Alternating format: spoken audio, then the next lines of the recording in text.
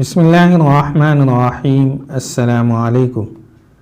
میں تمہیں اور تمہارے جاسوسوں کو خراج تحسین پیش کرتا ہوں جو یہ اطلاع لائے ہیں۔ سلطان ایوبی نے کہا، میں جانتا ہوں یہ کام کتنا دشوار اور خطرناک ہے۔ میں تم سب کو یقین دلاتا ہوں کہ صلیبی ہمارے محاصرے کا جو خلا پر کرنے اور محاصرہ توڑنے آ رہے ہیں، میں انہیں اسی خلا میں گم کر دوں گا۔ مجھے اللہ کی مدد پر بھروسہ ہے۔ اگر تم میں کوئی غدار نہیں تو اللہ تمہیں فتح عطا فرمائے گا۔ ابھی وقت ہے، ایک نائب سالار نے کہا۔ اگر آپ حکم دیں تو ہم محفوظہ کے 3-4 دستے صلیبیوں کے پہنچنے سے پہلے بھیج دیتے ہیں۔ محاصرے کا خلا پر ہو جائے گا اور صلیبیوں کا حملہ ناکام ہو جائے گا۔ سلطان ایوبی کے چہرے پر پریشانی یا اضطراب کا ہلکا سا تاثر بھی نہیں تھا۔ اس نے زاہدان سے پوچھا، اگر تمہاری اطلاع بالکل صحیح ہے تو کیا تم بتا سکتے ہو کہ صلیبی فوج کس وقت حملے کے مقام پر پہنچے گی؟ ان کی پیش قدمی خاصی تیز ہے، زاہدان نے جواب دیا۔ ان کے ساتھ خیمے اور رسد نہیں آ رہی، پیچھے آ رہی ہے۔ اس سے ظاہر ہوتا ہے کہ وہ راستے میں کوئی پڑاؤ نہیں کریں گے۔ اگر وہ اسی رفتار پر آتے رہے تو رات گہری ہونے تک پہنچ جائیں گے۔ خدا کرے کہ وہ راستے میں نہ رکیں، سلطان ایوبی نے کہا، مگر وہ تھکے ہوئے اور بھوکے پیاسے گھوڑوں اور اونٹوں کے ساتھ حملہ نہیں کریں گے۔ حملے کے مقام پر آ کر جانوروں کو آرام اور خوراک دیں گے۔ اس دوران وہ دیکھیں گے کہ ہم نے جو محاصرہ کر رکھا ہے اس میں خلا ہے یا نہیں۔ صلیبی اتنے کوڑھ مغز نہیں کہ ایسی پیش بینی اور پیش بندی نہ کریں۔ سلطان ایوبی نے اپنے عملے کے 2-3 حکام کو بلایا اور انہیں نئی صورتحال سے آگاہ کر کے کہا، صلیبی ہمارے جال میں آ رہے ہیں۔ قلعے کے عقب میں ہم نے محاصرے میں جو خلا چھوڑ دیا ہے اسے اور زیادہ کھلا کر دو۔ دائیں اور بائیں کے دستوں سے کہہ دو کہ ان پر عقب سے حملہ آ رہا ہے۔ اپنے پہلوؤں کو مضبوط کر لیں اور دشمن کو اپنے درمیان آنے دیں۔ کوئی تیر انداز حکم کے بغیر کمان سے تیر نہ نکالے۔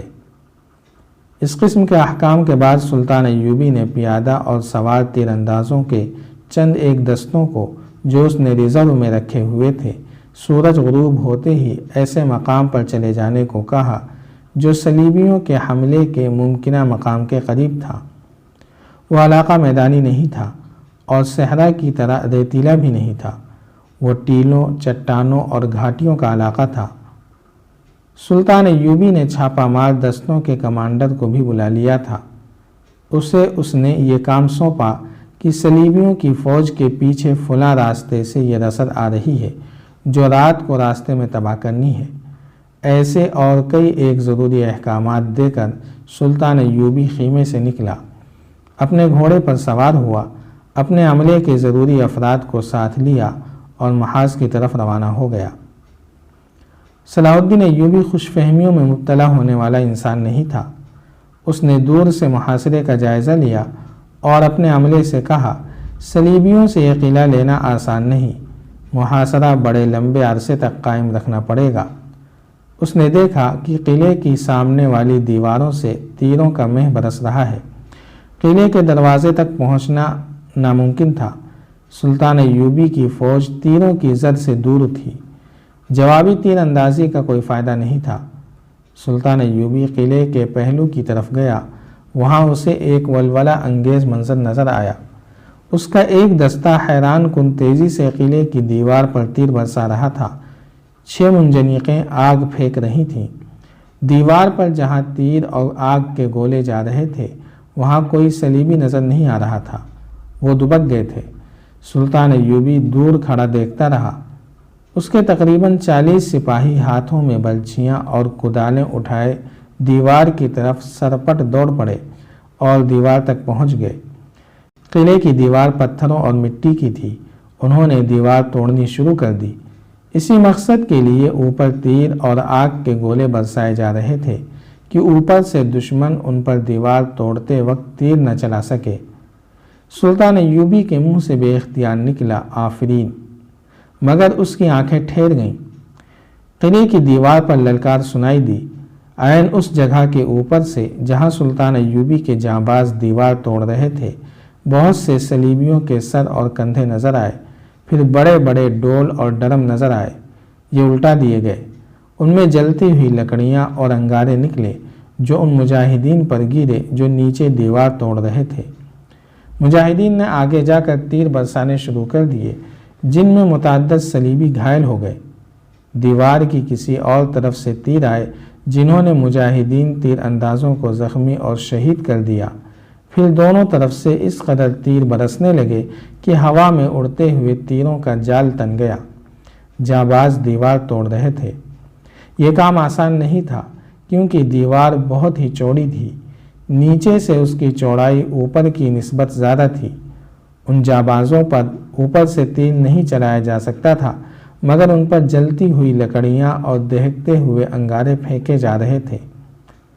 آگ کے ڈول اور ڈرم پھینکنے والوں میں بظاہر کوئی بھی مسلمان تیر اندازوں سے بچ کر نہیں جاتا تھا، لیکن وہ تیر کھا کر گرنے سے پہلے آگ انڈیل دیتے تھے۔ نیچے یہ عالم تھا کہ آگ بھڑک رہی تھی اور دیوار توڑنے والے شعلوں اور انگاروں میں بھی دیوار توڑ رہے تھے۔ تیروں کا تبادلہ ہو رہا تھا۔ آخر دیوار توڑنے والے جھلس گئے اور ان میں سے چند ایک اس حالت میں پیچھے کو دوڑے کہ ان کے کپڑوں کو آگ لگی ہوئی تھی۔ وہ دیوار سے ہٹے ہی تھے کہ اوپر سے تیر آئے جو ان کے پیٹھوں میں اتر گئے۔ اس طرح ان میں سے کوئی زندہ واپس نہ آ سکا۔ 10 اور مجاہدین دیوار کی طرف دوڑے اور دشمن کے تیروں میں سے گزرتے ہوئے دیوار تک پہنچ گئے۔ انہوں نے بڑی پھرتی سے دیوار کے بہت سے پتھر نکال لیے۔ اوپر سے ان پر بھی آگ کے ڈرم اور ڈول انڈیل دیے گئے۔ آگ پھینکنے والوں میں سے 2 اتنا اوپر اٹھ گئے تھے کہ مجاہدین کے تیر سینوں میں کھا کر وہ پیچھے گرنے کے بجائے آگے کو گرے اور دیوار سے سیدھے نیچے اپنی ہی پھینکی ہوئی آگ میں جل گئے، مگر دیوار توڑنے والوں میں سے بھی کوئی زندہ نہ بچا۔ سلطان ایوبی نے اپنے گھوڑے کو ایڑ لگائی اور اس دستے کے کمانڈر کے پاس جا کر کہا، تم پر اور تمہارے جانبازوں پر اللہ کی رحمت ہو۔ اسلام کی تاریخ ان سب کو ہمیشہ یاد رکھے گی جو اللہ کے نام پر جل گئے ہیں۔ اب یہ طریقہ چھوڑ دو، پیچھے ہٹاؤ، اتنی تیزی سے انسان اور تیر ختم نہ کرو۔ صلیبی اس قلعے کے لیے اتنی زیادہ قربانی دے رہے ہیں جس کا میں تصور بھی نہیں کر سکتا تھا، اور ہم بھی اتنی زیادہ قربانی دیں گے جس کا صلیبی تصور نہیں کر سکتے۔ کمانڈر نے کہا، دیوار یہیں سے ٹوٹے گی اور ہم آپ کو یہیں سے اندر لے جائیں گے۔ اللہ تعالیٰ تمہاری آرزو پوری کرے۔ صلاح الدین ایوبی نے کہا، اپنے مجاہدین کو بچا کر رکھو، صلیبی باہر سے حملہ کر رہے ہیں، تمہیں شاید باہر لڑنا پڑے گا، محاصرہ مضبوط رکھو، ہم صلیبیوں کو اندر بھوکا ماریں گے۔ اس دستے کو پیچھے ہٹا لیا گیا، مگر کمانڈر نے سلطان ایوبی سے کہا، سالار اعظم کی اجازت ہو تو میں شہیدوں کی لاشیں اٹھوا لوں۔ اس مقصد کے لیے مجھے پھر یہی طریقہ اختیار کرنا پڑے گا۔ ہاں، سلطان ایوبی نے کہا، اٹھوا لو، کسی شہید کی لاش باہر نہ پڑی رہے۔ سلطان ایوبی وہاں سے چلا گیا۔ اس جانباز دستے نے جس طرح اپنے ساتھیوں کی لاشیں اٹھائیں وہ ایک ولولہ انگیز منظر تھا۔